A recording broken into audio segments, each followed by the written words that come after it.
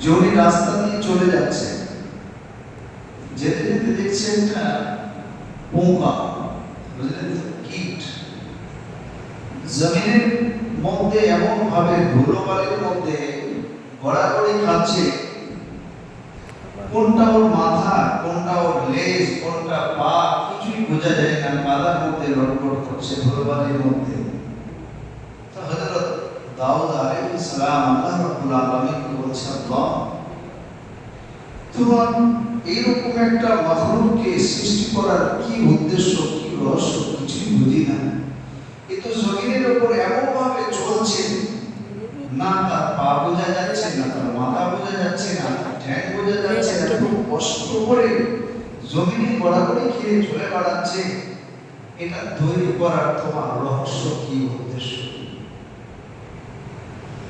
মহান আল্লাহ রাব্বুল আলামিন সবকিছুর মালিক, তিনি বলেন ইন্নাল্লাহা আলা কুল্লি শাইইন কাদির।